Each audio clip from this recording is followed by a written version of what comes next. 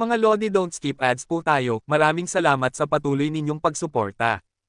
Paki-like and share naman dyan mga Lodi. At sa mga gustong mag-donate sa ating GCash or regular na load, mag-comment lang po tayo.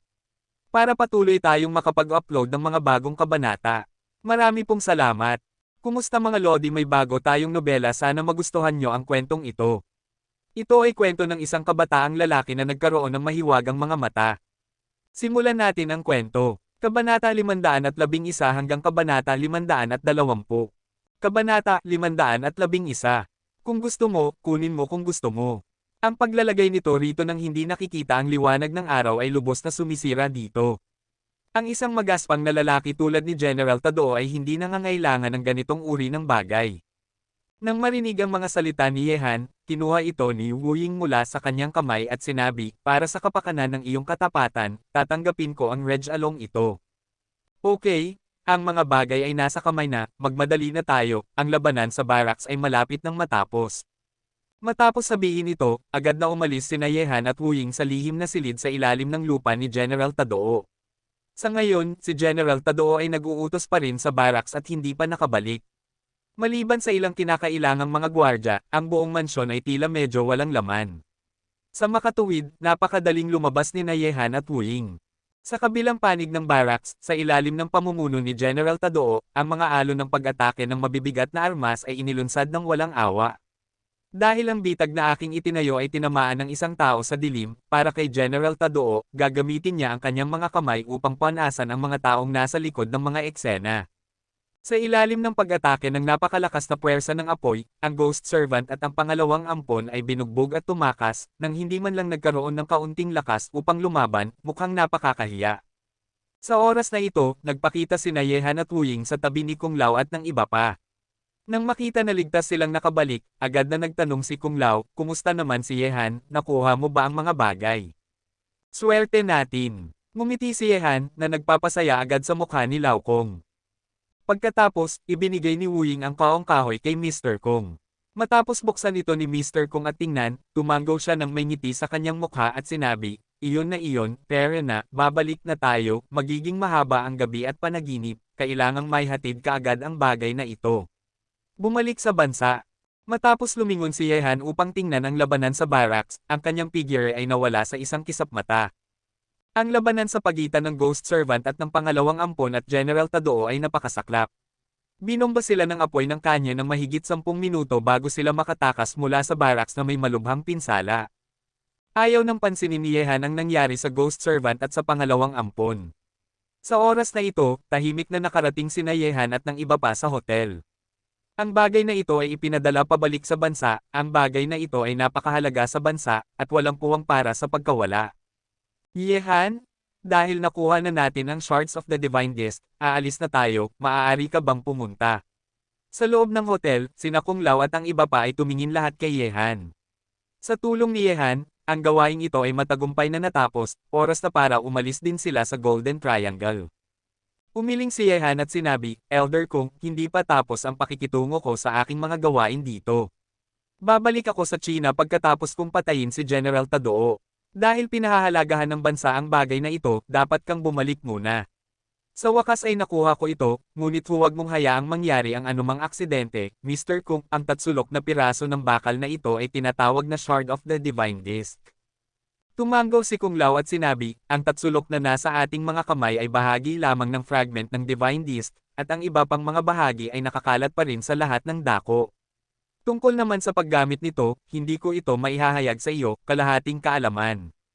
Okay lang, hindi naman ako masyadong mausisa tungkol sa bagay na ito. Ngumiti si Yehan. Sabi ng elder kong, Yehan, sigurado ka bang mag-isa ka lang dito ngayon? Kung malaman ni General Tadao na nawawala ang mga fragment ng amulet, tiyak na maghinala siya sa iyo. Sinabi ni Yehan ng may ngiti, kung nagdududa ka, maaari kang magduda, ngunit hindi niya kinakailangang magduda sa akin.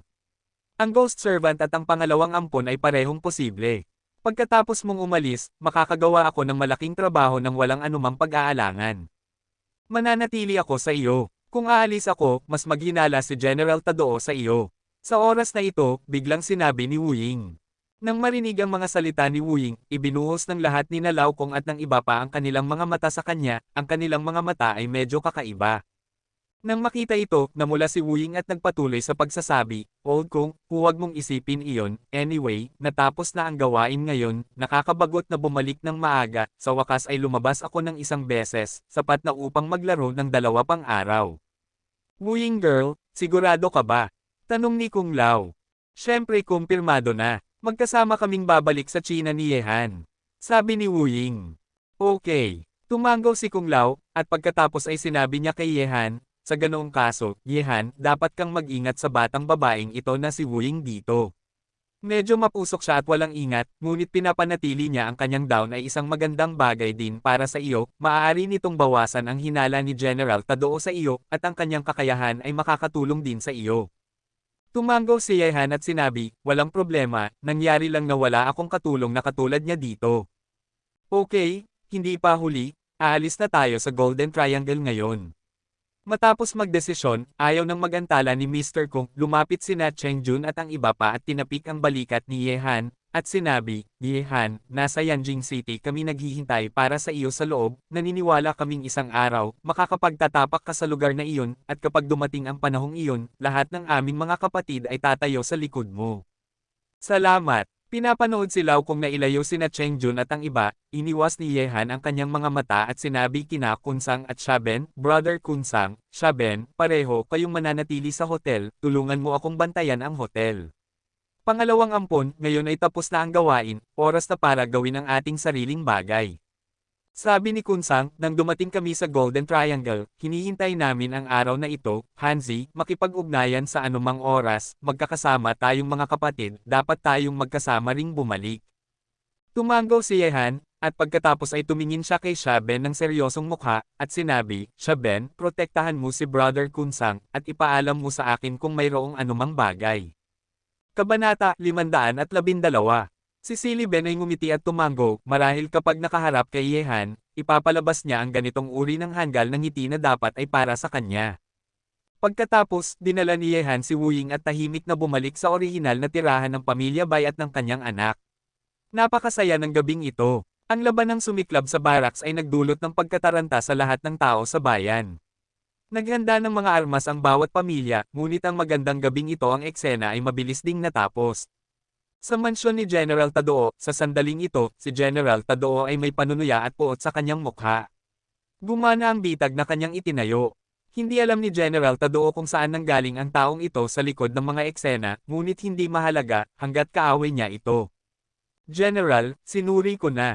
8 tao ang namatay sa kabuuan, ngunit ang mga mukha ng mga taong ito ay malabo, at hindi malinaw kung sino sila sa loob ng ilang sandali. Sabi ng machete kay General Tadao.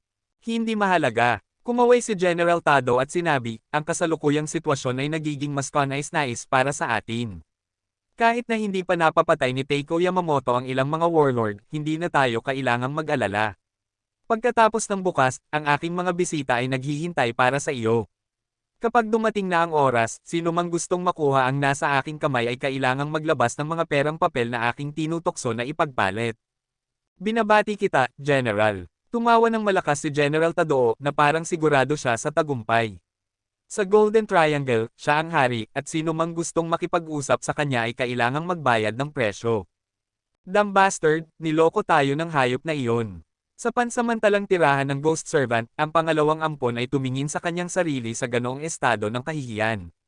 Pagkatapos ni Teiko, niloko sila ni Yehan ng isang beses, at ang panlilinlang ay mas malupit pa kaysa kay Teiko Yamamoto, at mas malupit pa siya, na direktang ginawa silang isang makintab na commander. Niloko ako ng hayop na iyon, kaya kailangan kong hilingin sa kanya na makuha ito pabalik. Walang pakialam na sinabi ng Ghost Servant, sobrang nagmadali tayo sa pagkakataong ito at nahulog sa mga panlilinlang ng lalaking ito. May mga bitag sa barracks, at sinadya nilang inakit tayo sa mga bitag, sinusubukang alisin tayo sa tulong ni General Tado, napakasamang tao. Kukunin mo ito pabalik, sabi ng pangalawang ampon ng may mukha ng sama ng loob, makukuha ba natin ito pabalik sa kanya sa ating kasalukuyang estado? Huwag nang banggitin ang pakikipaglaban para sa mga fragment ng amulet. Sa ngayon, ang ating lakas ay lubos na nabawasan. Natatakot ako na lahat ay imposible, at hindi pa naipapakita ang backhand ni Yehan, kaya pa ba nating talunin siya? Nang marinig ang sinabi ng pangalawang ampon, kalmadong sinabi ng Ghost Servant, kaya, kailangan nating magkaisa ng higit pa ngayon. Sa ganitong paraan lang magkakaroon ka at ako ng kaunting pag-asa. Huwag masyadong magmadali sa paggawa ng mga bagay sa anumang oras. Gaya ng kasabihan, hindi ka makakakain ng mainit na tofu ng padalos-dalos. Nagmadali ang Ghost Servant at ang pangalawang ampon, kaya nagbayad sila ng malaking halaga. Ang plano ni Yehan ay hindi naman talaga masyadong matalino. Kung ang Ghost Servant at ang pangalawang ampon ay makalmadong makapag-iisip tungkol dito sa simula, malalaman nila. Si Yehan bilang kanilang mga kalaban, paano sila magiging napakabait na magbigay sa kanila ng balitang ito. Nakakaawa na ang nagmamadaling Ghost Servant at ang pangalawang ampon ay hindi naisip ng mabuti. Ang aral ni Teiko Yamamoto mula sa nakaraan ay isang magandang halimbawa para sa kanila. Sa loob ng gusali, tumingin si Yehan kay Wu Ying nang may nakaka-relax na mukha sa sandaling ito, at sinabi, bakit mo piniling manatili at tulungan ako? Alam mo dapat na ang Golden Triangle ay magiging mas mapanganib. Hindi ka ba nag-aalala kung mananatili ka rito? Ang iyong sariling kaligtasan. Hindi ba nandito ka pa rin? Tumingin si Wu Ying kay Yehan at sinabi, ang unang henyo sa mundo ng martial arts ay hindi dapat magkaroon ng lakas upang protektahan ang isang babaeng tulad ko. Bukod pa rito, mas masaya ang pakikisama sa iyo kaysa sa pag-uwi. Ang Yanjing City ay mas tupa-na-panabik. Ngumiti si Yehan at sinabi, sa Golden Triangle, hanggat ginagawa mo ang sinasabi ko, hindi magkakaroon ng masyadong panganib. Dahil pinili mong manatili at tulungan ako, gusto ko ring magpasalamat. Pagkatapos ng bukas, hihintayin ka ni General Tado. Kapag dumating ang bisita, aatakehin ko siya ng formal, at pagkatapos ay gusto kong gawin mo ang isang bagay para sa akin. Ano ang problema? Tanong ni Shadowless. Misteryosong ngumiti si Yehan at sinabi, gusto kong tulungan mo akong makipag-ugnayan sa mga taong naiwan matapos masira ng mga warlord ni Teiko Yamamoto. Ang ibig mong sabihin ay ang mga natitirang sundalo at natalo ng mga general, bakit mo sila taken? Makauryosong tanong ni Wu Ying. Hindi ko pa masasabi sa iyo, ngunit napakahalaga ng hakbang na ito para sa akin. Well, mukhang nag-iisip na naman kayo ng ilang mga baluktot na paraan. Nagkibit balikat si Wu Ying at sinabi, hindi imposible na tulungan kang makipag-ugnayan sa mga taong ito, ngunit kailangan mong magpadala sa akin ng isang katulong, ako ay isang mahina na babae upang makipag-ugnayan sa kanila, natatakot akong hindi bibilihin ng mga tao ang aking account. Kapag dumating na ang oras, hahayaan kong sumunod sa iyo si Shaben. Sabi ni Yehan, tandaan na gamitin ng higit pa ang iyong utak kapag gumagawa ng mga bagay, at huwag gamitin ang iyong mga kamay upang lutisin ang mga bagay na maaaring malutas ng iyong utak. Kapag ginamit mo na ang iyong mga kamay, dapat kang gumamit ng mga paraan ng kidlat at hindi ka maaaring mag-atubili. Ikaw na hayop, hindi ka ba napapagod na mag-isip ng ilang mga pukana at panlilinlang buong araw upang magplano laban sa iba? Sinama ni Wu Ying ng tingin si Yehan. Ang mga tao ay nasa mga ilog at lawa, at hindi nila maiwasan ang kanilang sarili. Bamantong hininga si Yehan. Sa katunayan, gusto rin niyang maging isang ordinaryong tao ng tahimik nang hindi iniisip ang anumang bagay. Gayunpaman, matapos makapasok sa madugong mundo ng underground world, maaari lang siyang humakbang. Naglalakad pasulong kasama ang mga buto ng kaaway, hindi ka makakabalik, kung umatras ka, ikaw ay nasa bangin, at kakainin ka ng iyong mga kaaway hanggang sa wala nang matitira. Ano ang mangyayari sa mga taong nasa paligid niya? Sa ganitong paraan, lumipas ang isang araw at isang gabi. Ang mga bisitang naghihintay kay General Tado ay darating bukas. Mula ng unang labanan sa barracks, wala nang nakitang kilos ang mga nakaligtas na Ghost Servant at ang pangalawang ampon. Ang labanan ni Teiko Yamamoto ay papalapit na sa katapusan.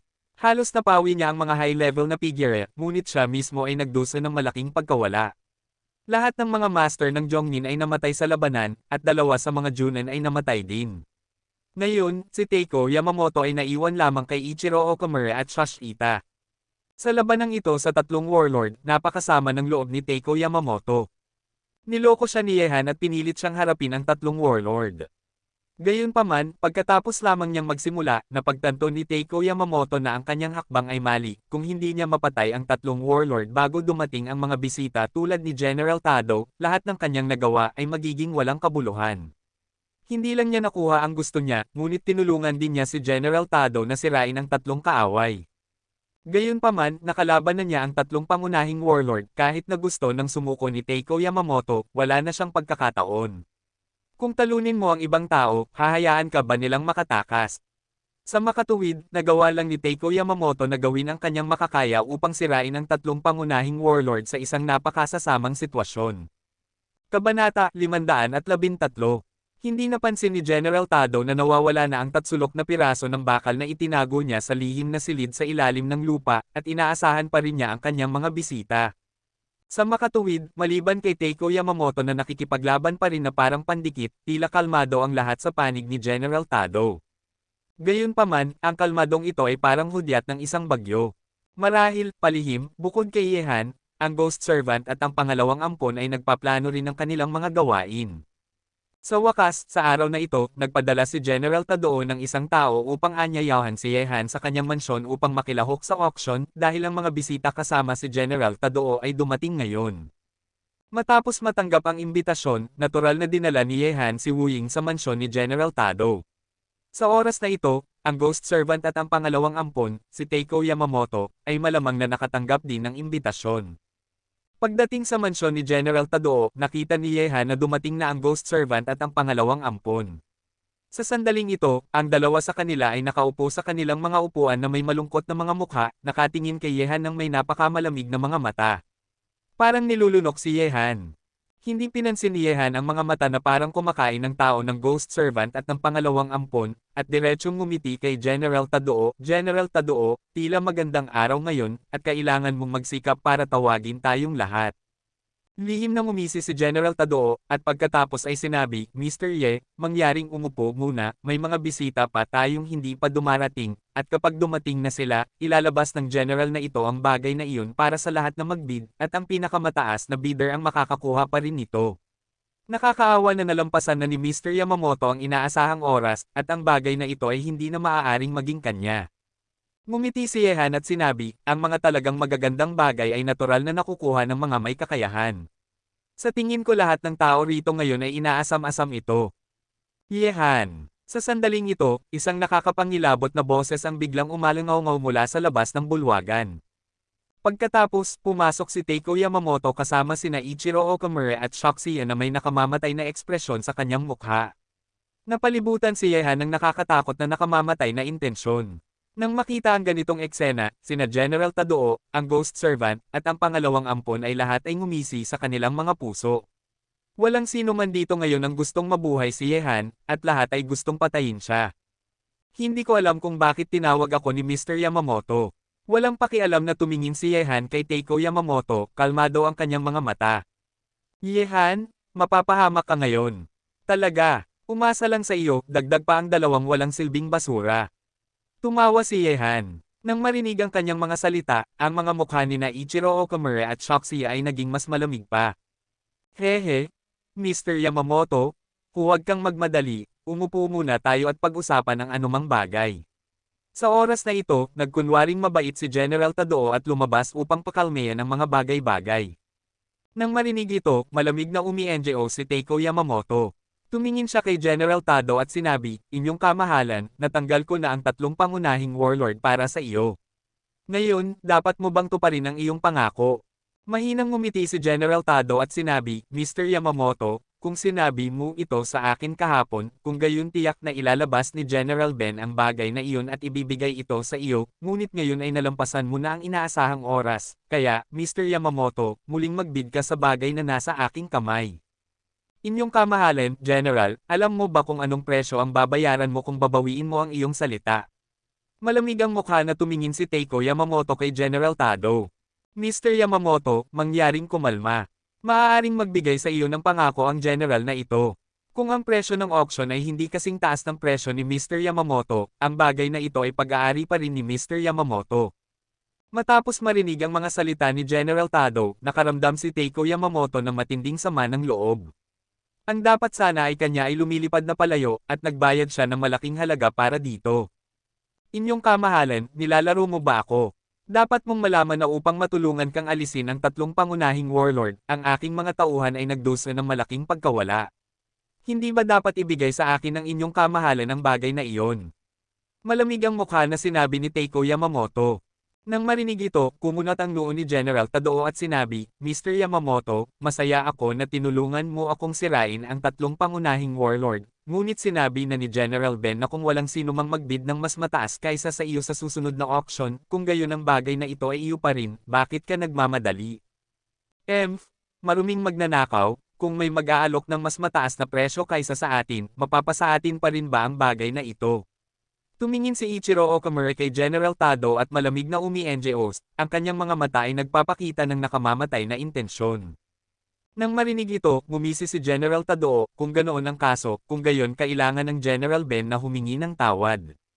Hindi tinupad ng inyong Black Dragon Society ang aking mga kondisyon ayon sa oras na aking isinaayos. Natural, hindi nabibili ng General na ito ang bagay na ito. Narito, kung gusto mo ito ngayon, magbid ulit tayo, sino mang magbibigay ng pinakamataas na presyo, ibebenta ko ang bagay na ito sa sinuman. Nang makita sina Teiko Yamamoto at General Tado na nag-aawayan, nanunood ng palabas si Nayehan, ang Ghost Servant, at ang pangalawang ampon at hindi nagsasalita. Wala silang magagawa rito, kaya hindi na kailangang makialam, ang Black-Bellied Tower ito ay hindi ang unang pagkakataon na nagkakilala sina General Duo at ang iba pa. Ang lalaking ito ay may matamis na puso at dalawahang puso, kahit na sumang-ayon siya sa iyong mga bagay, maaaring hindi niya ito magawa. Sa sandaling ito, huminga ng malalim si Teiko Yamamoto, tumingin kay General Tado at walang pakialam na sinabi, General Tado, napawi ko na ang tatlong pangunahing warlord ng sunod-sunod, kung may hindi tumutupad sa kanyang salita, kung gayon ay hindi ko alintana na pumatay pa ng isang warlord, kaya umaasa ako na maaaring seryosong isaalang-alang ni General Tado ang kanyang sinabi. Mr. Yamamoto, binabantaan mo ba ako? Lubos na lumamig ang mukha ni General Tado. Hindi ito banta, ito ay babala. Ngumisi si General Tado at sinabi, General nakikita ko na umuutot ka lang.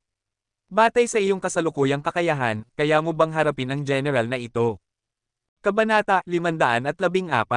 Kung hindi ito paniniwalaan ng General, maaari mong subukan at tingnan kung may kakayahan ang aming Black Dragon na gawin ito. Dahan-dahang tumayo si Teiko Yamamoto, walang katapusang puot ang pinakawalan mula sa mga matandang mata na iyon. Nang makita ito, pumakbang ang machete at tumayo sa harap ni General Tado, malamig na nakatingin kay Teiko Yamamoto. Hehe, hindi ko inaasahan na ang mansyon ni General Tado ay napakaligaya kapag dumating lang ako rito. Mukhang mali ang oras ng pagdating ko. Habang nakakapit ang mga espada, isang grupo ng matangkad na dayuhang lalaki ang pumasok sa labas. May isang grupo lamang ng mga tao rito, maliban sa grupong ito ng mga dayuhang lalaki, mayroon ding isang grupo ng mga dilaw ang balat at itim ang buhok ng mga lalaking asyano. Sa sandaling ito, ipinapasok sila sa bulwagan ni Shakon. Siya pala ay si Lao Maozi at Bangzi.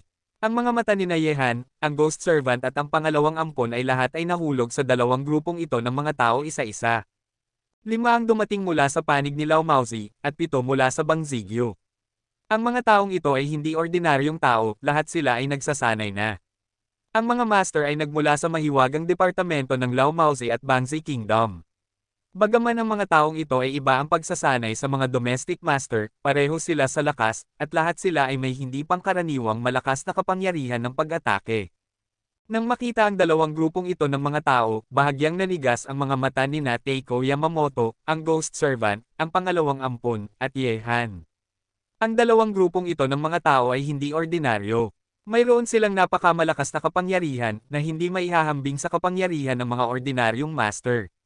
Oo, si Lao Maozi at Bangzi ay lubos na nag-aalala tungkol sa tatsulok na piraso ng bakal at dinala ang kanilang mga makapangyarihang master sa Golden Triangle. Nang makita ito, nakaramdam si Nayehan at Wuying ng kaunting swerte, natutuwa na nakuha na nila ang tatsulok na piraso ng bakal, kung hindi, ang kanilang mga pagkakataong manalo sa harap ni Lao Maozi at ng master ng Bangzi Kingdom sa sandaling ito ay talagang hindi magiging maganda. Gayunpaman, kahit na sina Lao Maozi at Bangzigyo ay may malakas na hanay, hindi nag-aalala si Yehan.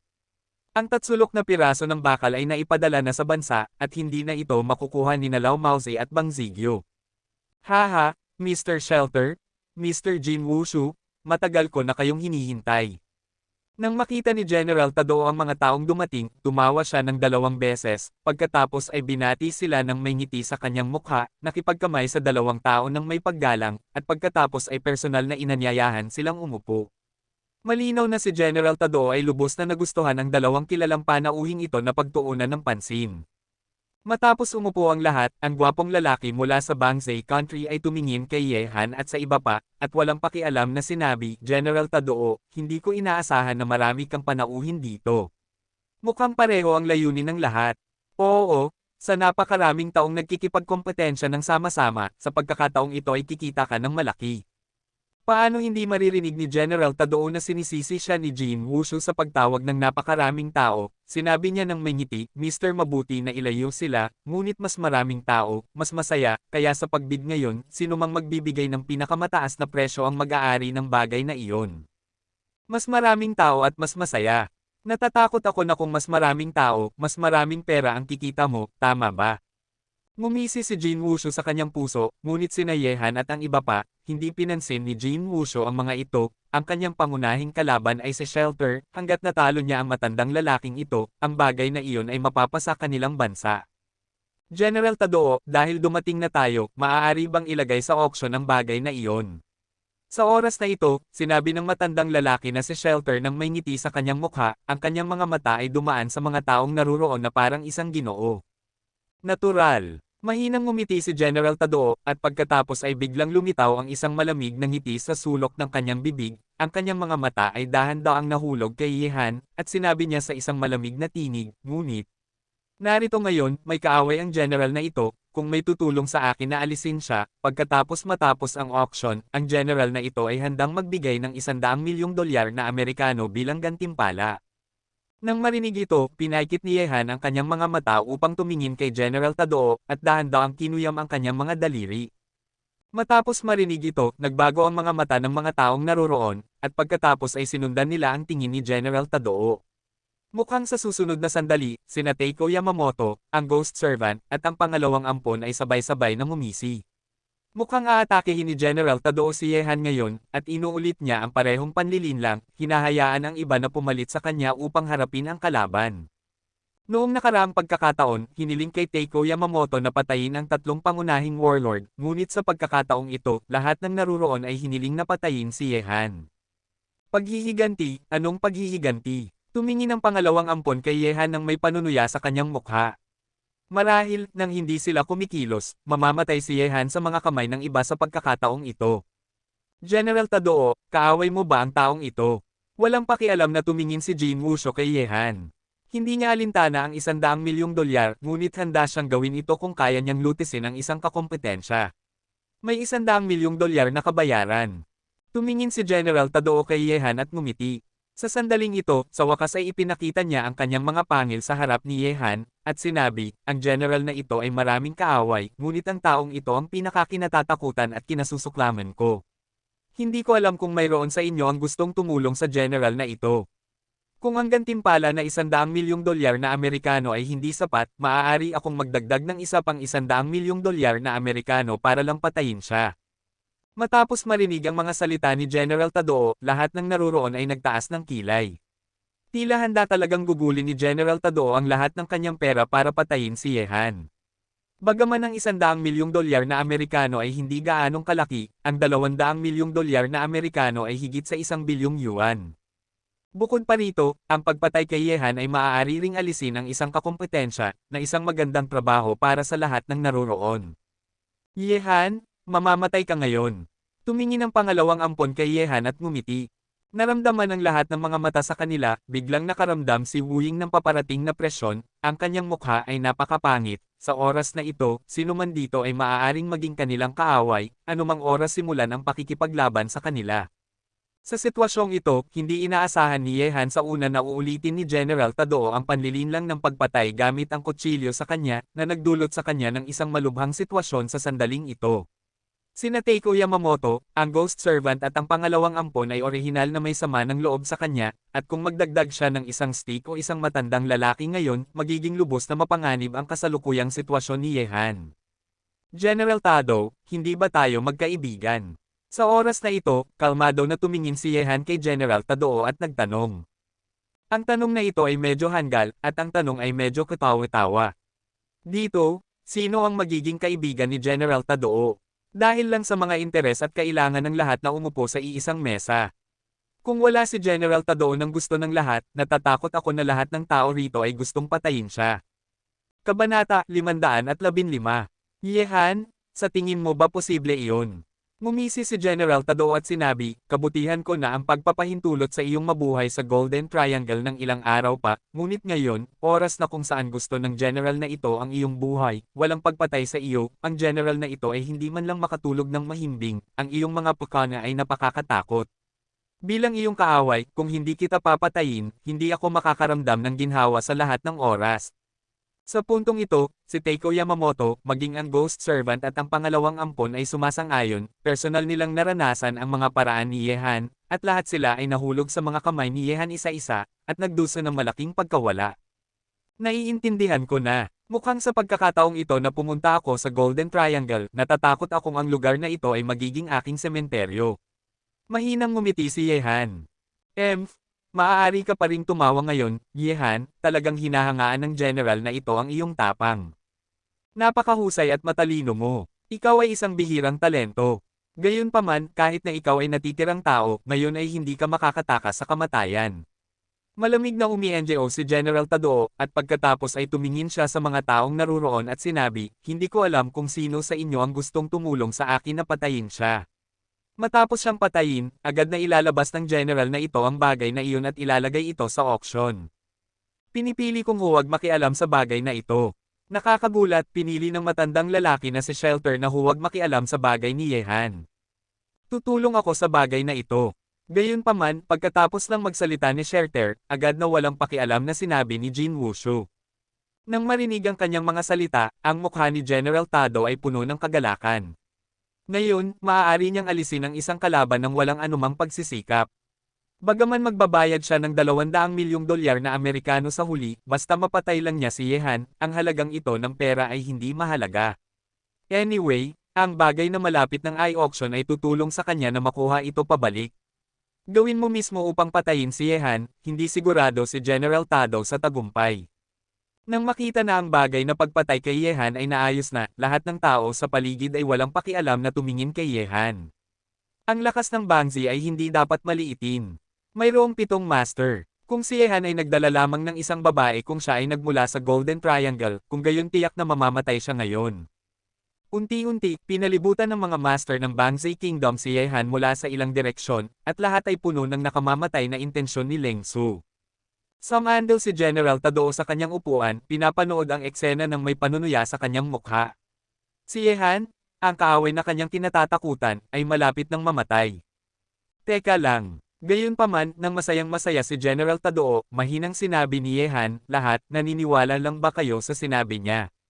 Nang marinig ito, lahat ay natigilan sandali, at si Teiko Yamamoto ang unang nagpakita ng ekspresyon ng hindi paniniwala, dahil naisahan na siya ni General Tado ng isang beses, at ginawa siyang libreng tug ni General Tado upang tulungan siyang alisin ang 3 warlord. Ano ang ibig mong sabihin? Walang pakialam na tumingin si Jin Wushu kay Yehan at nagtanong. Ngumiti si Yehan at sinabi, tungkol sa ating hindi tapat na General Tado, hindi ko siya masyadong pinagkakatiwalaan. Sa tingin ko lahat ng tao rito ay may parehong ideya sa akin. Ang gusto kong itanong ay babayaran ba niya ang $200 milyong? Matapos akong patayin, talagang ilalagay ba niya ang bagay na iyon sa auction? Bastard, ang ibig mo bang sabihin ay niloloko ng general na ito ang lahat ng tao rito nang walang kanyang salita? Biglang sinampal ni General Tadao ang mesa, matalim na nakatingin kay Yehan. Ngumisi pa rin si Yehan at sinabi, hindi iyon tiyak. Hindi ba naisahan si Mr. Yamamoto ng ating Black Dragon Society ng isang beses? Sa huli, binigyan mo ba siya ng bagay na iyon? Kaya, ang iyong karakter ay nakasalalay sa akin. Napakamura nito kaya hindi sulit na pagkatiwalaan. Ikaw, naging napakapangit ng mukha ni General Tadao, paano niya lakas loob na lokohin ang lahat ng tao rito? Maliban na lang kung ayaw na niyang mabuhay, tungkol kay Teiko Yamamoto, iyon ay nang makita niya na si Teiko Yamamoto ay wala ng maraming katulong sa paligid niya. Sabi ni Jin Wushu, General Tadao, sa tingin ko mas mabuting ilabas muna ang bagay na nasa iyong kamay para sa auction, tiwala, iyon ay sa kondisyon ng pakikitungo sa mga pinakatapat na kaibigan, at ito ay isang relasyon ng interes sa pagitan natin, kaya, walang may tiwala, gusto kong makita muna kung ano ang nasa iyong kamay. Ganoon din ang tingin ko. Ngumiting sabi ni Shelter. Nang makita ito, naging mas pangit pa ang mukha ni General Tadao. Matapos mailagay sa auction ng bagay, kung ang mga tao rito ay kumaway ng kanilang mga manggas at umalis nang hindi tumutulong sa kanya na patayin si Yehan, hindi ba magiging walang kabuluhan ang kanyang mga iniisip? Bakit, wala bang bagay na kailangan natin si General Tadoo? Nang makita ito, ngumiting sabi ni Yehan, ang mga fragment ng Divine Disc ay naipadala na sa China, at ngayon, gusto niyang makita kung ano ang kinuha ni General Tadoo. Ano ang ibibigay sa lahat ng tao bilang paliwanag? Okay, ilalabas ko ang bagay na iyon para tingnan mo muna, ang ilang mga tao sa lalawigan ay patuloy na sisiraan ang General. Pagkatapos ng lahat, umalis si General Tadoo nang hindi man lang nagdadala ng isang scimitar. Ano ang gagawin niya? Ang mga puso ng lahat ng tao rito ay natural na malinaw. Matapos makita ito, ang mga mata ni Teiko Yamamoto, ang Ghost Servant at ang pangalawang ampon ay sabay-sabay na kumislap, maging si Shakon ay ganoon din. Maaaring ang bagay na iyon ay nasa mansyon ni General Tadoo. Gayunpaman, naghanap na sila ng ilang mga artikulo at wala silang nakitang bakas. Saan itinago ni General Tadoo ang bagay na iyon? Gayunpaman, hindi pa nakabalik si General Tadoo 10 minuto matapos siyang umalis. Ang sitwasyong ito ay nagdulot ng pagkunot ng noo sa lahat maliban kay Yehan. Ngayon ay oras na para magdusa siya ng mga kahihinatnan. Mahinang sinabi ni Wu Ying sa tenga ni Yehan, na may ngiti sa kanyang mukha, tinapik ni Yehan ang kanyang kamay at sinenyasan siyang huwag magsalita, ang paghihintay na ito ay sapat na 20 minuto ang lumipas bago nagmadaling bumalik si General Tadoo. Sa sandaling ito, ang kanyang mukha ay kasing pangit na maaari. Mayroong isang patay na kulay abo sa kanyang mga mata, at ang kanyang galit ay lubos na matinding. Dahil, sa lihim na silid sa ilalim ng lupa na kanyang itinatago, ang mga bagay na kanyang maayos na itinago ay nawala na. Ang mga bagay ay nawala na. Ito ay walang alinlangang isang malaking suntok kay General Tadoo, parang kidlat mula sa bughaw na langit. Ngayon, ano pa ang ilalabas niya para sa auction?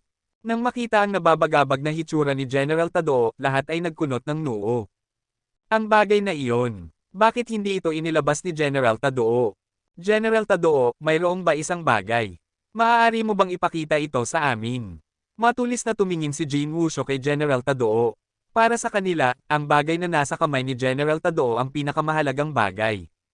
Kabanata 516. Nang marinig ito, mahigpit na kinuyam ni General Tadoo ang kanyang mga kamao at hindi sinagot ang mga salita ni Jin Wusho. Ang kanyang mga mata ay dumaan kina Yehan, Teiko Yamamoto, ang Ghost Servant at ang pangalawang ampon na parang isang makamandag na ahas. Sa wakas, si General Tadoo sinulyapan din niya si Shakon, ang bagay na itinago niya sa lihim na silid sa ilalim ng lupa ay dapat na ninakaw ng 5 taong ito. Hindi niya ito nahanap sa lihim na silid sa ilalim ng lupa kanina, ngunit binasag ni General Tadoo ang kanyang sariling koleksyon dahil sa galit. Ngayon ay may intensyon pa siyang pumatay kaninuman at nawala ang bagay. Hindi lang niya kailangang harapin ang pagtatanong ni Lao Mauze at Bang Zigyo, nawalan siya ng malaking halaga ng pera. Pagkatapos magtrabaho ng napakatagal, sa huling sandali, ang nilutong pato ay talagang lumipad palayo. General Tadoo, umaasa akong masasagot mo ang aking sinabi kanina. Nang makita ang malungkot na mukha ni General Tadoo sa katahimikan, ang mukha ni Jin Wusho ay agad na naging malamig at mahigpit, at nagbago rin ang ekspresyon ng matandang lalaki na si Shelter.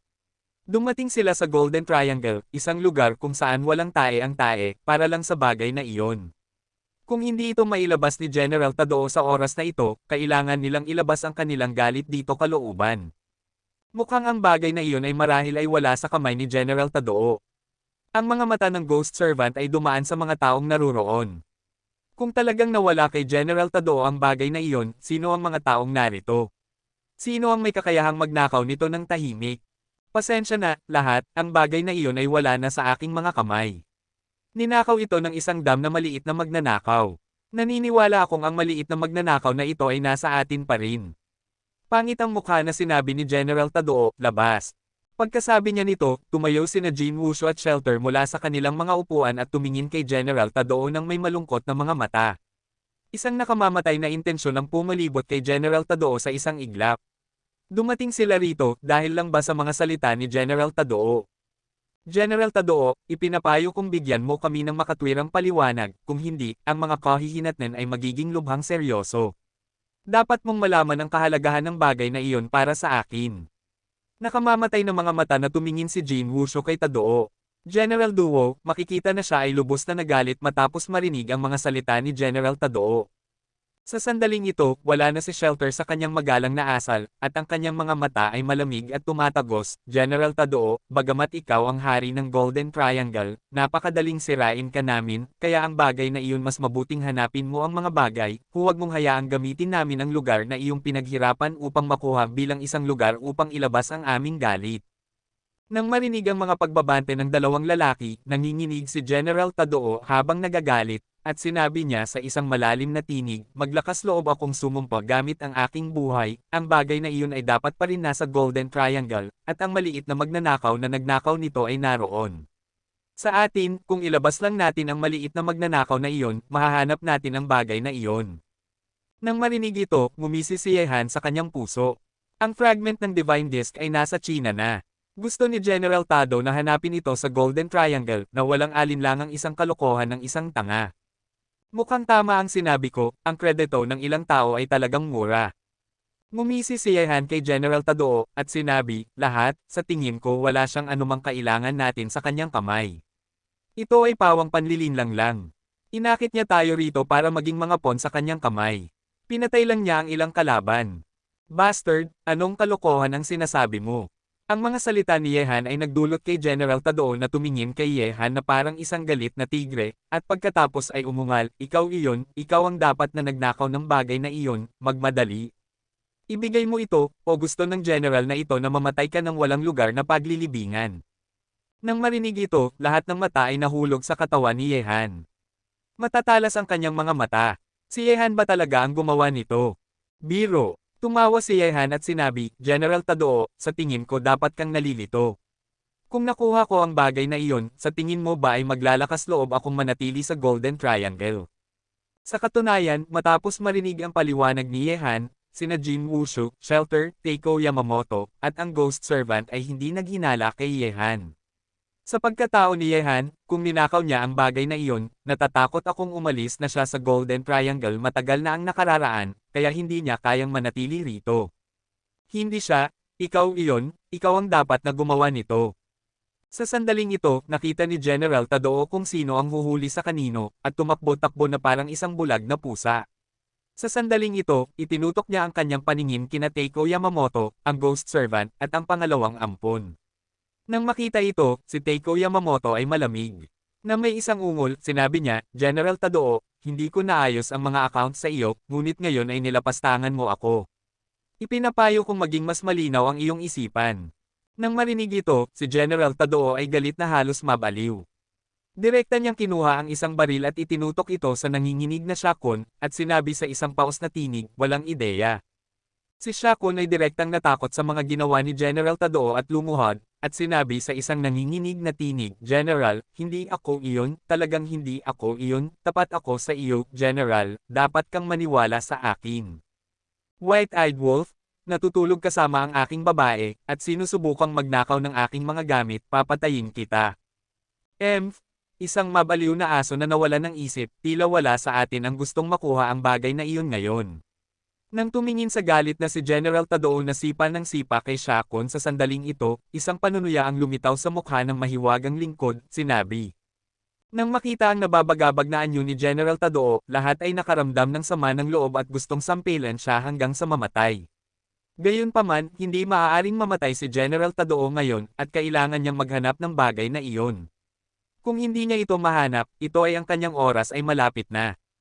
Tado, bibigyan kita ng isang araw, mas mabuting bigyan mo ako ng kasiyasang sagot, kung hindi, alam mo kung anong uri ng mga kahihinatnan ang iyong kakaharapin.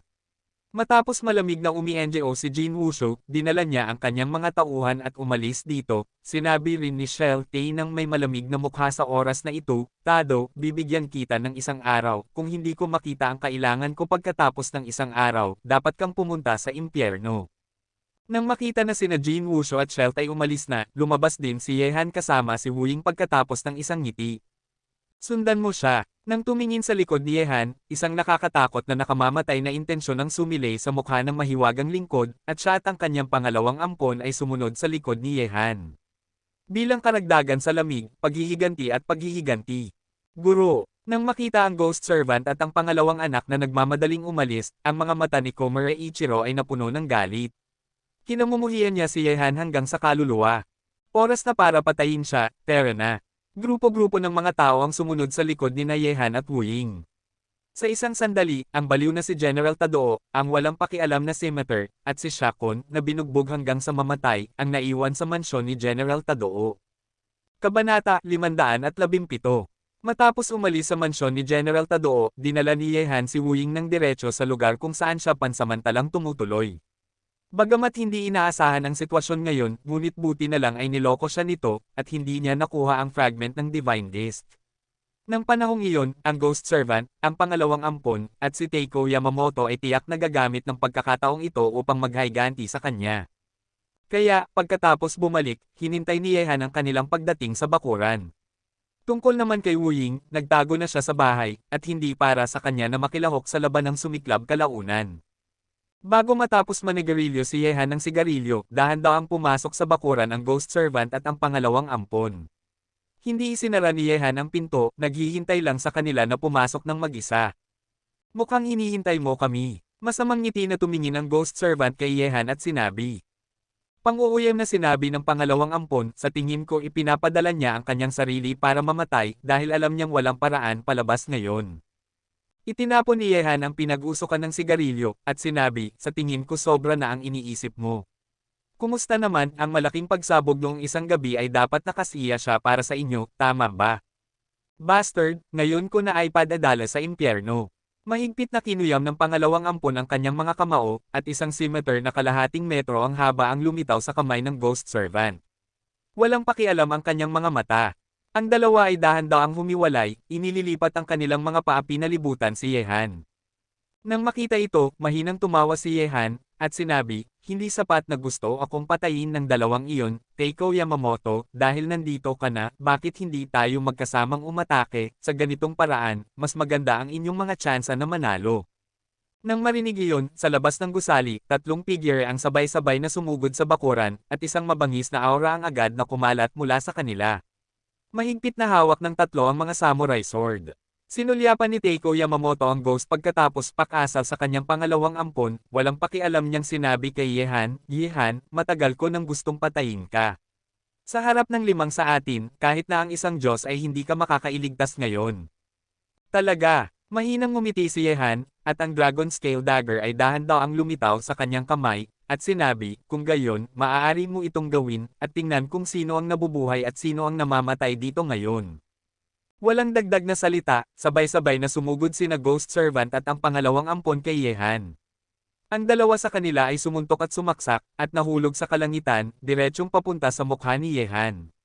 Sa kabilang panig, sina Teiko Yamamoto, Gangkon Ichiro at ang tatlo sa ilalim ng puno ay sabay-sabay ding pinatay si Yehan. Sa gitna ng nakakatakot na pag-atake na ito, tumayo si Yehan na may hawak na Dragon Scale Dagger at ngumiti.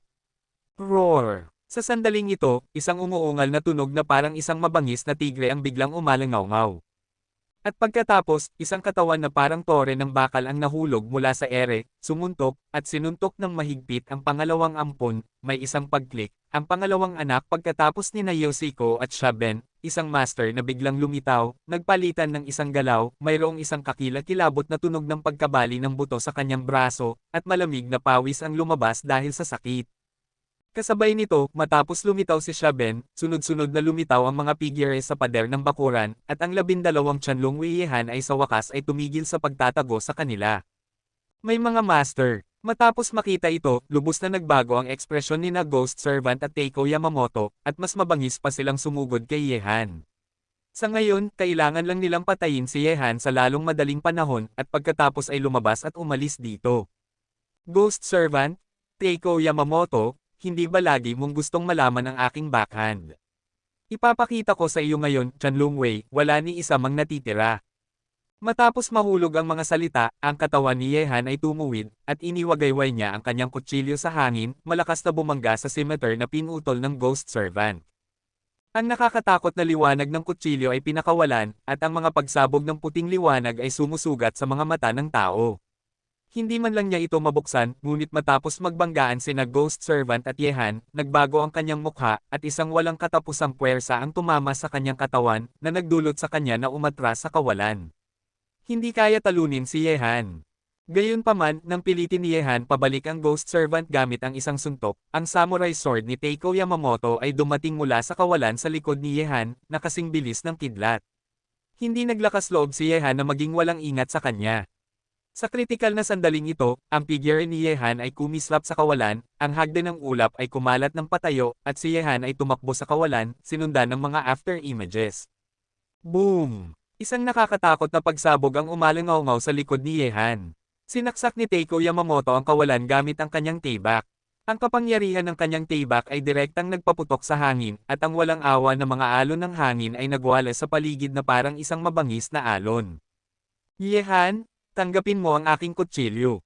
Nang makaiwas si Yehan sa nakakatakot na pag-atake ni Teiko Yamamoto, ang Ghost Servant na itinulak pabalik ni Yehan kanina ay muling pumatay kay Yehan. Naglakas loob ka pang bumalik. Tumawa si Yehan, at iniwagayway ang Dragon Scale Dagger. Isang walang katapusang puwersa ang kumalat kasama ang paggalaw ng kutsilyo ni Yehan, na parang isang napakalaking alon ng karagatan, na may walang katapusang kapangyarihan at walang katapusang kapangyarihan. Ang kapangyarihan ng kutsilyo ni Yehan ay tumama sa scimitar ng Ghost Servant.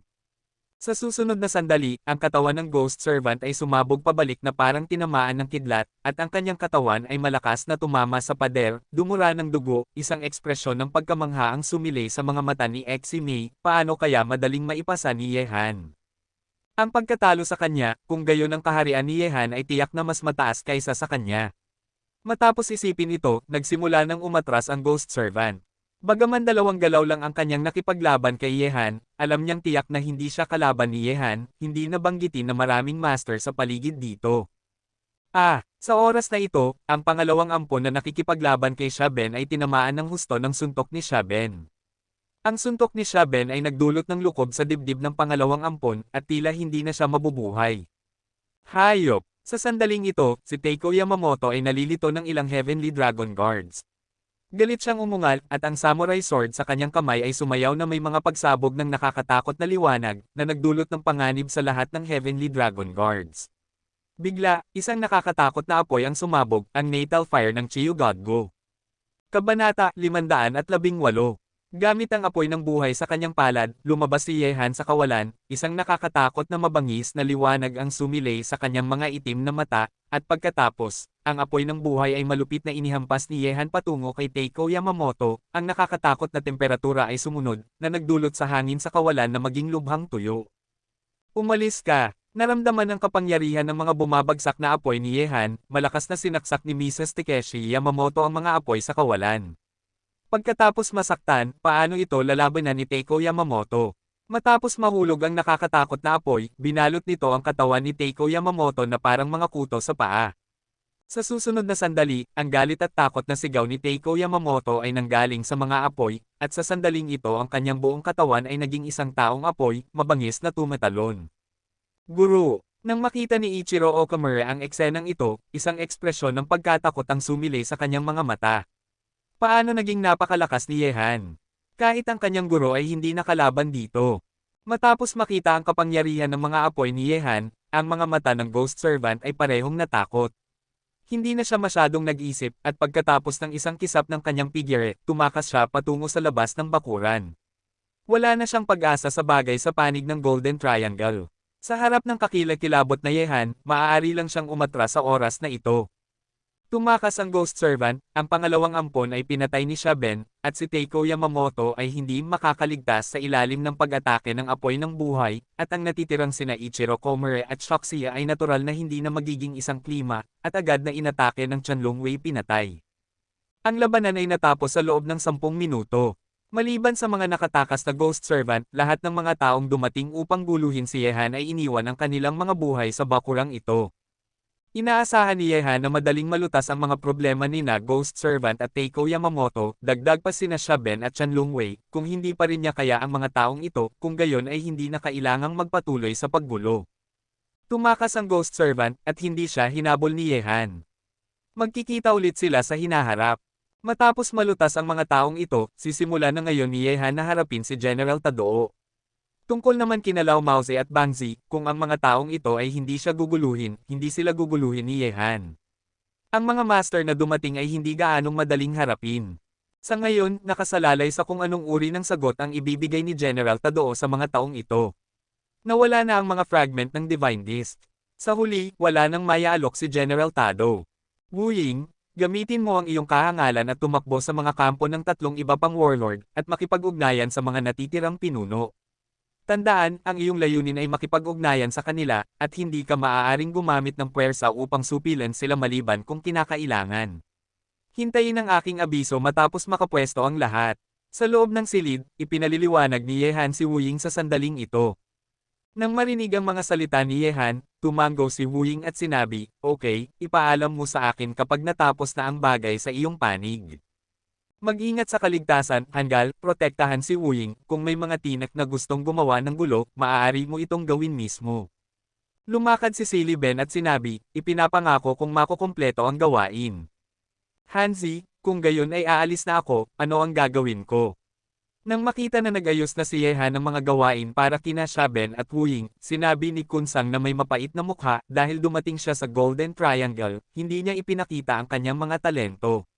Pagkakataon. Ngumiti si Yehan at sinabi, "Brother Kunsang, sa tingin ko oras na para gamitin mo ang iyong mga kamay at paa. Gusto kong itanong sa iyo, kung papayagan kang kontrolin ang Golden Triangle, sigurado ka ba? Kontrolin ang Golden Triangle." Nang marinig ang mga salita ni Yehan, sina Kunsang at Wu Ying ay sabay na nagulat. Maaaring gusto ni Yehan na kunin ang Golden Triangle para sa kanyang sarili. Yehan, masyadong malaki ang iyong ambisyon, ngunit batay sa kasalukuyang sitwasyon, kung maalis si General Tadao, ito ay isang magandang pagkakataon upang lubos na makontrol ang Golden Triangle. Sabi ni Wu Ying. Ang ambisyon ni Yehan ay syempre malaki, sinabi niya, ang Golden Triangle ay isang karaniwang koneksyon na lugar ng tatlong bansa ng Titanium, Myanmar at Laos. Ang sitwasyon dito ay komplikado, at walang gustong mag-manage nito.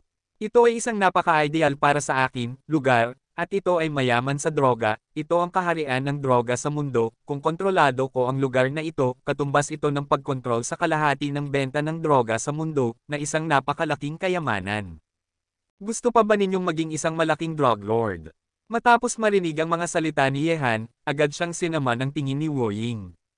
Ngumiti si Yehan at sinabi, "Sobrang iniisip mo na. Ang mga droga na sagana sa Golden Triangle ay hindi ibebenta sa loob ng bansa.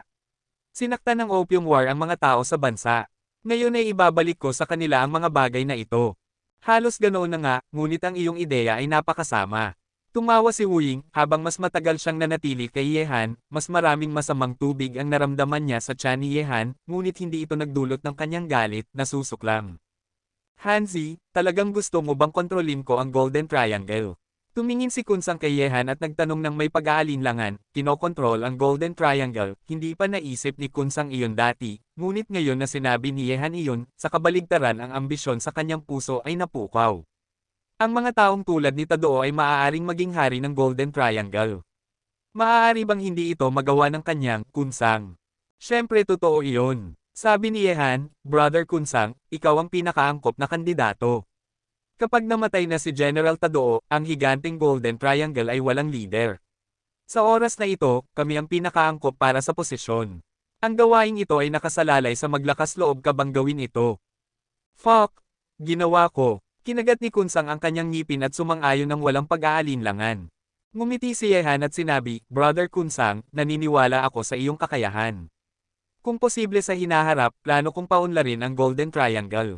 Bagaman mukhang isang tigang na lupain, kung ito ay maayos na mapaunlad, maaaring hindi posible na paunlarin ang Golden Triangle sa isang masiglang lungsod." Nang marinig ito, ngumiti si Wu Ying at sinabi, "Yehan, kung talagang paunlarin mo ang Golden Triangle, kung gayon ang mga tao rito ay malamang na ituturing kang isang Diyos. Ang buhay ng mga taong naninirahan dito sa Golden Triangle ay nasa masamang kalagayan pa rin, at karamihan sa kanila ay umaasa lamang sa pagtatanim ng mga poppy upang mabuhay. Kung mapapabuti ang pamumuhay dito at maipakilala ang pamumuhunan sa ibang bansa, tiyak na magiging ibang mundo ito." Kabanata 519. Sabi ni Yehan, "Ito ay pansamantalang ideya lamang, mahirap sabihin kung ito ay magagawa." Nag-isip si Wu Ying sandali, at sinabi, "Sa totoo lang, isang magandang bagay para sa bansa na kontrolado mo ang Golden Triangle, dahil ang dami ng droga na umiikot mula rito patungo sa bansa ay napakalaki bawat taon. Ang pagkontrol dito ay katumbas ng pagkontrol sa pinagmumula ng droga. Linisin pa ang mga drug gang sa loob ng bansa. Ito rin ang aking intensyon. Dahan-dahang tumango si Yehan. Sa oras na ito, isang Chanlong Wei na naglilinis ng battlefield sa labas ang pumasok at sinabi kay Yehan, "Yang Master Ye, may isang tao sa labas na gustong makita ka." "Sino iyon?" Medyo nalilito si Yehan. "Shakon." Nang marinig ito, ngumiti si Yehan at sinabi, "Hindi ko inaasahan na hindi siya pinatay ni Tadao, at dinala siya upang makita kung ano ang gusto niya sa akin." Pagkaraan ng ilang sandali, dinala si Shakon sa loob ng bahay, ngunit ang taong ito ay mukhang medyo miserable sa oras na ito, ang kanyang buong mukha ay namamaga na parang ulo ng baboy, at siya ay pailay din ng maglakad. Nang makita siya, isang ekspresyon ng pagkasuklam ang sumilay sa mukha ni Wuying, malinaw na hindi niya gusto si Shakon. "Mr. Ye." Tumingin si Shakon sa mga taong nakaupo sa silid, pagkatapos ay tumingin kay Yehan at tumawag. "Mr. Shakon, mangyaring umupo. Hindi ko alam kung bakit mo ako hinahanap." Ngumiting sinabi ni Yehan. Dahan-dahang umupo si Shakon sa sofa. Sa mansyon ni Tadao, ang kanyang mga tadyang ang ilan ay nasira ni Tadao. "Mr. Ye, alam kong gusto mong harapin si Tadao. Sa bagay na ito, pareho ang ating layunin, kaya matutulungan kita." Matapos umupo, diretsyong sinabi ni Shakon kay Yehan ng diretso sa punto. "Kaya, hindi ko alam kung paano mo ako gustong tulungan, Mr. Shakon. Matutulungan kitang alisin ang mabibigat na armas ni Tadao." Isang masamang tingin ang sumilay sa mukha ni Shakon, at pagkatapos ay nagpatuloy, "Sa tingin ko natatakot ka rin kay Mr. Ye sa mabibigat na armas ni Tadao. Tulungan, mas madali para sa iyong patayin si Tedor. Magandang panukala ito." Ngumiti si Yehan, "Ngunit ngayon hindi ka na pinagkakatiwalaan ni Tadao, at kapalaran mo na hindi ka pinatay. Gusto kong malaman kung paano mo ako matutulungan na alisin ang init na mayroon si Tadao, mga armas."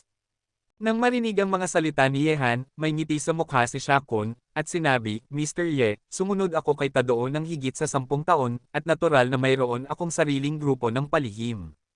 Bagamat pinalayas ako ni Tadao lumabas, ngunit ang aking mga tao ay hindi pa nagkakalat, basta buksan ko ang aking bibig at tayo ay magtutulungan sa loob at labas, tiyak na matatalo natin si Tadao ng isang bagsakan." Nang marinig ito, nagulat na tumingin si Yehan kay Shakon. Ang taong ito ay tila napaka-ambisyoso. Naglakas loob siyang sanayin ang kanyang sariling mga tao sa ilalim ng ilong ni General Tadao. Tila interesado lang siya sa posisyon ni General Tadao. "Natatakot akong matagal na niyang ninanasa ito." Si Shakon ay isang tipikal na kontrabida.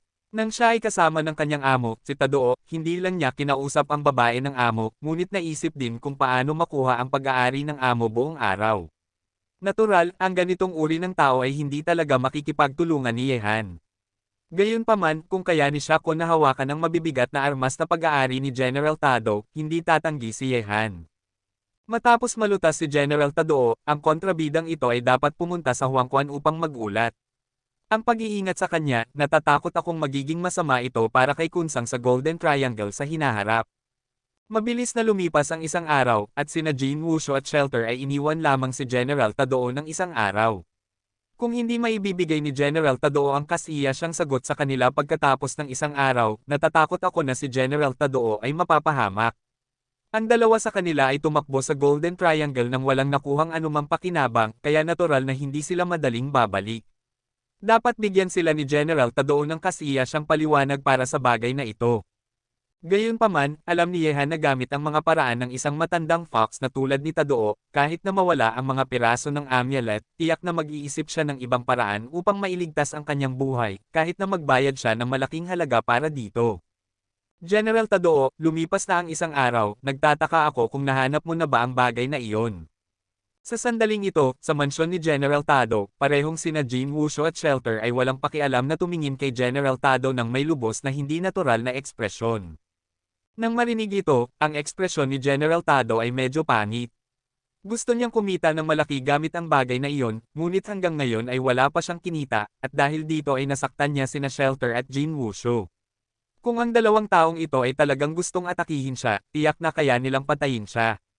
"Kayong dalawa, talagang hindi ko nahanap ang bagay na iyon, at humihingi ako ng paumanhin tungkol sa bagay na ito." Nang marinig ang mga salita ni General Tadao, ang mukha ni Jin Wushu ay naging mas walang pakialam, at sinabi niya, "Tila sinadyang niloloko tayo ni General Tadao. Talaga bang nagbibiro tayo kapag sinabi mong pinapatay ka?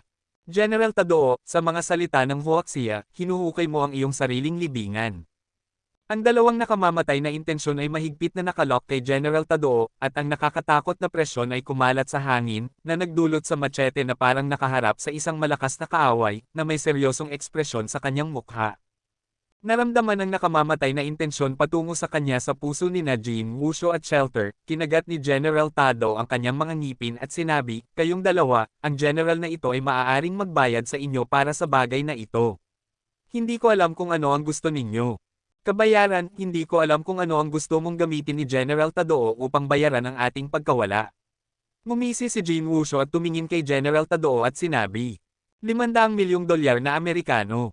Malalim na huminga si General Tadao, ngunit mayroon akong isang kondisyon, iyon ay, dapat ninyong tulungan akong patayin si Yehan. Nasa Golden Triangle siya sa loob ng isang araw, at ang general na ito ay hindi man lang makatulog ng mahimbing.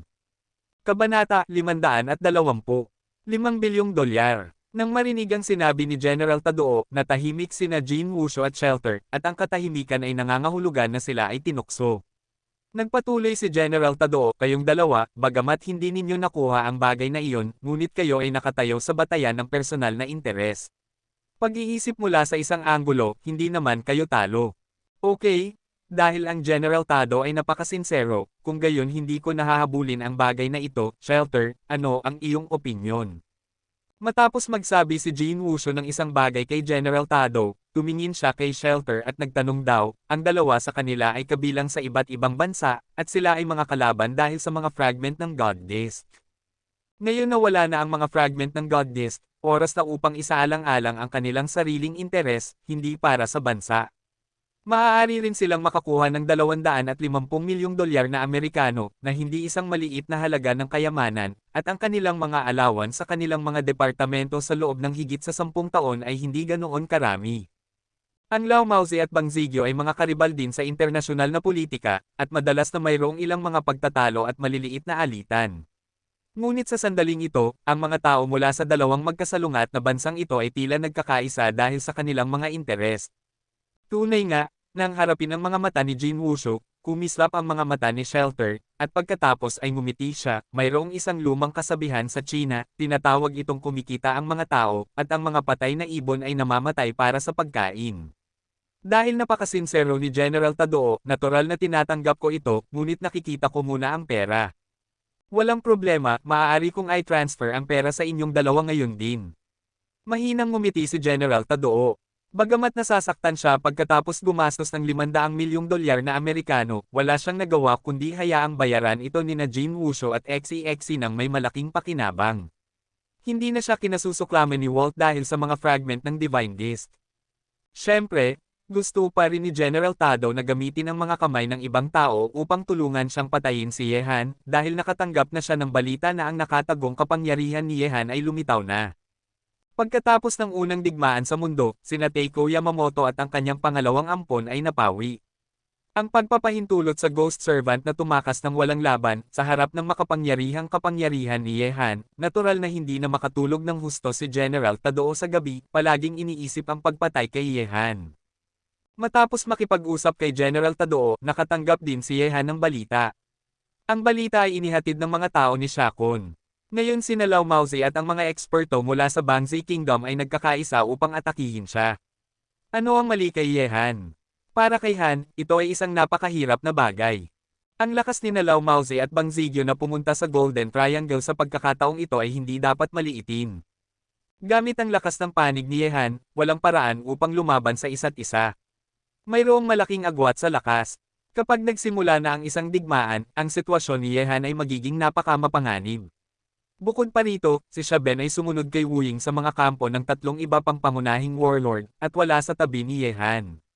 Ito ay nag-iwan kay Yehan ng 12 Heavenly Dragon Guards bukod sa kanyang sarili.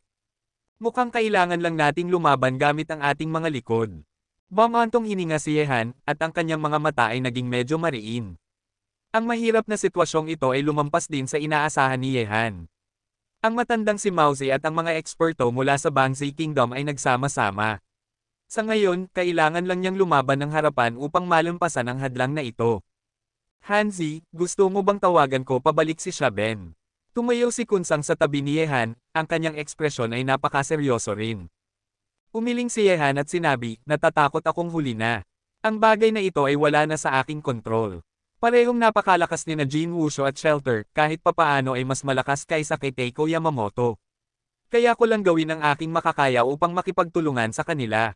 Lumaban tayo ng buong lakas, umaasa akong hindi ako bibigwin ng Chanlungwei, at makakapigil sa Lao Maozi at iba pang mga eksperto mula sa Bangzai Kingdom. Mabilis na dumating sina Jin Wushu at Shelter. Matapos matanggap ang $500 milyong na Amerikano mula kay General Tadao, ang dalawa sa kanila ay dumiretso kay Yehan.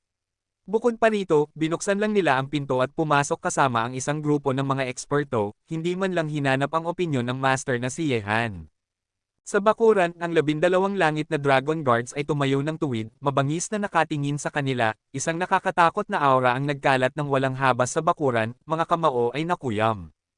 Hindi katakataka na natatakot sa kanya si Tadao. Lumalabas na mayroon siyang napakalakas na puwersa sa kanyang mga kamay. Malamig na tumingin si Jin Wushu sa 12 Heavenly Dragon Guards, na may nakamamatay na tingin sa kanyang mukha. Kung umaasa lang siya sa kanyang mga tao upang harapin si Yehan, maaaring wala siyang gaanong tsansa na manalo. Ngumiti si Shelter at sumikip ang kanyang mga mata na nagpapahirap na malaman kung ano ang iniisip niya. Sina Lao Maozi at ang mga master ng Bangzai Kingdom ay kumalat na sa bakuran sa oras na ito, at naglalabas din sila ng isang nakakatakot na aura. Ang paraan ng pagsasanay ng mga master ng Bangzai Kingdom ay medyo katulad ng pagmumuni-muni sa Budismo. Si Lao Maozi ay iba. Sila ay isang grupo ng mga makapangyarihang genetic warrior, nagsama-sama sila ng mga jin ng tao at hayop, mas malakas ang mga jin ng hayop na kanilang dinadala, mas malakas sila. Kayong dalawa, ang kagandahang asal ay napakahalaga sa China. Hindi ba medyo bastos na dumating kayo rito nang hindi inanyayahan at pumasok sa aking bahay? Sa oras na ito, dahan-dahang lumabas si Yehan sa silid, nakatingin kina Jin Wushu at Shelter nang may walang pakialam na mga mata. Nang marinig ito, malamig na sinabi ni Jin Wushu, kailangan bang maging magalang kapag papatayin kita? Pagkatapos ng araw na ito, wala nang ganoong tao tulad mo sa mundong ito. Kung gusto mong maging magalang, pumunta sa impyerno at makipag-usap kay Lord Yama. Tila naging mga alipin na kayo ni General Tadao. Ngumiti si Yehan, maaari mo akong patayin kung gusto mo, nakasalalay ito kung kaya mo bang bayaran ang presyo. Tigilan mo na ang kalokohan. Malamig na umi-NGO si Jin Wushu, at sinabi, Shelter, gawin mo, patayin mo siya para makaalis ka na sa lugar na ito sa lalong madaling panahon. Mahinang tumango si Shelter, at pagkatapos, dahan-dahang binuksan ni Jin Wushu ang kanyang suit, at pagkatapos ng isang malakas na sigaw, sumugod siya kay Yehan na parang isang kakila-kilabot na bagyo, ang kanyang kamao ay nagningning mahinang gintong liwanag, puno ng kapangyarihan.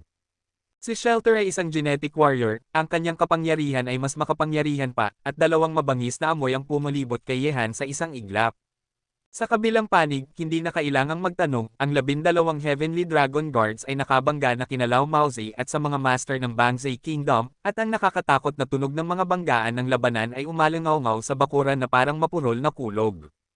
Sa harap ng dalawang master, sina Jin Wushu at Shelter, ang mga mata ni Yehan ay seryoso, ang Dragon Scale Dagger sa kanyang kamay ay naging isang nakasisilaw na pilak na liwanag, pinutol ang kalangitan, at malakas na sumugod kay Jin Wushu. Gamit ang isa pang kamay, hindi rin nagpahinga si Yehan. Hindi niya ito maitago nang harapin ang dalawang master na medyo mas malakas kaysa sa kanya. Ang nakakatakot at kakaibang apoy ay mabangis na kumislap sa kaliwang kamay ni Yehan, sinaksak ang Dragon Scale Dagger. Habang si Jin Wushu, ang natal fire ng Chiyu Divine Go ay sinalakay si Shierte sa ilalim ng kontrol ni Yehan. Ding ding ding! Ang Dragon Scale Dagger ay bumangga sa kamao ni Jin Wushu, at mayroong mga pagsabog ng nakakairitang tunog ng ginto at bakal. Ang gintong liwanag sa kamay ni Jin Wushu ay isang makapangyarihang aura na may napakamalakas na kapangyarihan ng depensa at pag-atake. Sa wakas, napilitang umatras si Yehan ng ilang hakbang. Sa kabilang panig, umatras si Shelter matapos makita na pinakawalan ni Yehan ang natal fire ng Chiyu God Gu, nakatayo na may mga nakikipikit na mata, walang anumang paggalaw.